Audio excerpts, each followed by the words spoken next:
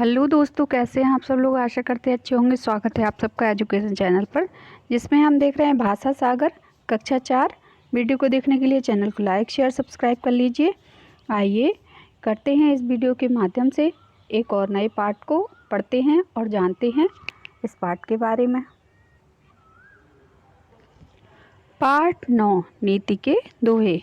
आइए जानते हैं इस वीडियो के माध्यम से, इस पाठ के माध्यम से कि नीति के दोहे के बारे में क्या कहा है रहीम जी ने। पहले हम इसका केंद्रीय भाव जानते हैं।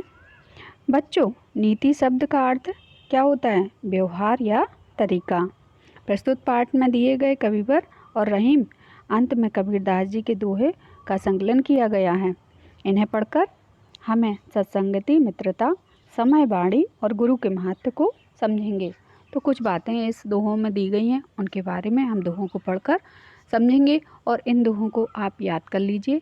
याद करके अपनी प्रार्थना सभा में, अपने मित्रगण के बीच में, अपने घर परिवार में आप इनको गा सकते हैं, सुना सकते हैं और रहीमदास जी के और कबीरदास जी के नीति वचनों को सब में बांट सकते हैं। पहला दोहा है, जो रहीम उत्तम प्रकृति का कर सकत सुख कुसंग, चंदन बिज व्यापत नहीं लिपटे रहत भुजंग। तो इस दोहे को आप याद कर लीजिए।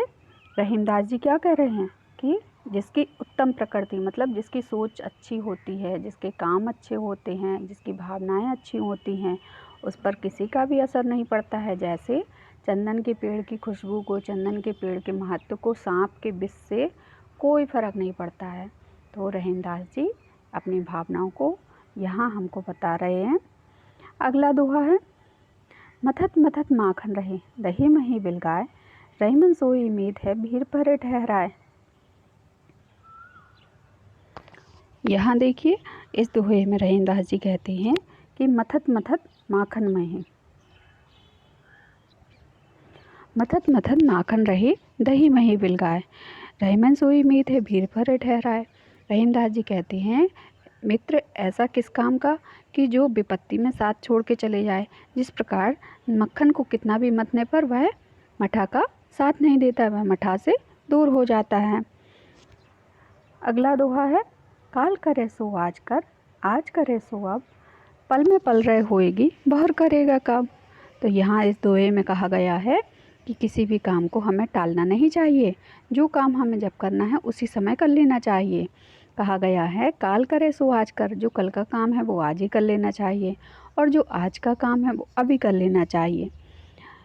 पल में पल है मतलब पल का, समय का कोई ठिकाना नहीं है, कब क्या आ जाए, क्या काम हमको ज़रूरी आ जाए। इसलिए तुम कब करोगे उस काम को, इसलिए जो काम करना है वो अभी करो। अगला दोहा है, अति का भला न बोलना, अति की भली न चूप, अति का भला न बरसना, अति की भली न धूप। यहाँ कहा गया है कि किसी भी काम की अति अच्छी नहीं होती है, चाहे वह अति अधिक बोलना हो, चाहे अधिक चुप रहना हो, चाहे अधिक बरसना हो, चाहे अधिक धूप निकलना हो। तो कोई भी चीज़ की अति अच्छी नहीं होती है, सभी का सामान्य भाव होना चाहिए। अगला है, सब धरती कागज करूँ लेखन सब बन राय, सात समुंदर मस करूँ गुरगुन लिखा न जाए। यहाँ कवि कह रहा है कि पूरी धरती को मैं कागज़ कर दूँ, कागज़ बना दूँ और लेखन बन के पेड़ जो पौधे हैं उनको मैं लेखनी बना दूँ, लेखनी मतलब कलम बना दूँ, और सात समुंदर की स्याही बना दूँ, फिर भी गुरु के गुणों को लिखा नहीं जा सकता है। फिर अगला है, बोली एक अमोल है जो कोई बोले जान, हे तराजू तोलिए तब मुख बहरान। कवि कह रहा है कि बोली एक ऐसी अमूल वस्तु है कि जो कोई भी इसको बोलता है तो उसके बोलने से पता चलता है कि वह उसके अंदर का भाव कैसा है।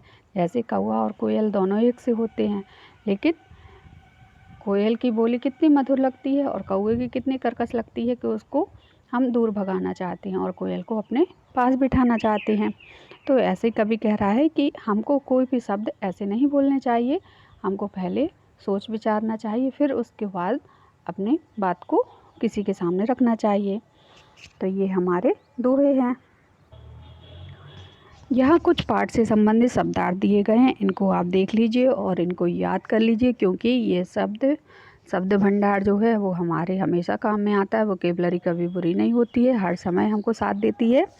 तो जैसे उत्तम का अच्छे, प्रकृति स्वभाव, सकत सकना, कुसंग बुरे लोगों का साथ, विष जहर व्यापत फैलना, भुजंग सर्प बिलगाई अलग होना, सोई बही मीत मित्र पल क्षण, काल आने वाला कल, और प्रलय आफत बहुरी फिर अति अधिक, लेखनी कलम या लिखनी, कागज कागज, गुण गुड़, मसी स्याही, अमूल जिसका मूल्य समझना संभव ना हो, ये हृदय बन रहा है वनों के वृक्ष या पेड़।